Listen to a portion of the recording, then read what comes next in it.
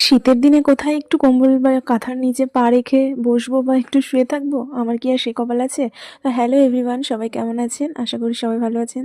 কি ভাবছেন ভিডিওটা এমন করে কেন শুরু করলাম? চলুন বলছি। আজ কিন্তু সকালবেলা আমাদের এখানে একদমই রোদ ওঠেনি, মানে সকালবেলা কি সারাদিনের মধ্যে সূর্যি মামার টিকিটিও দেখতে পাওয়া যায়নি। যথারীতি গল্লু সোনা আজকে একটু দেরিতেই ঘুম থেকে উঠেছে, দেরিতে মানে অনেকটাই দেরিতে, প্রায় 9:30 বেজে গেছে ঘুম থেকে উঠতে। এবার ঘুম থেকে ওঠার পর এবার তার লীলা শুরু হয়েছে।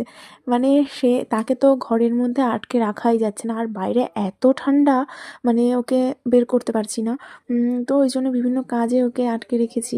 কিন্তু এই যে বিকালবেলা ঠিক সে বাইরে বেরিয়ে গেছে, আর বাইরে খুব হাওয়া দিচ্ছে, আর এখনও আবহাওয়াটা কতটা বাজে সেটা বোঝা যাচ্ছে। এটাই বলতে চাইছিলাম যে বাচ্চার মায়েদের কি আর সবসময় ঘরের মধ্যে থাকা মানায়? মানে ওদের সঙ্গে সঙ্গে তো ছুটে বেড়াতেই হবে। তো এই যে সন্ধেবেলা সারাদিন পরে এখন ঘুমালো, তারপরে আমি পড়তে বসলাম। আজকে আর বেশি কিছু রাখবো না, কারণ একটু রিভিশন দিতে হবে, নাহলে পুরোনো পড়াগুলো তো ভুলেই যাবো। আগে একবার পড়লে অনেকদিন মনে থাকতো, এখন আর মনে থাকে না, ওই জন্য রিভিশনটা মাস্ট দিতেই হয়। ভিডিওটা কেমন লাগলো অবশ্যই জানাবেন। Thanks for watching.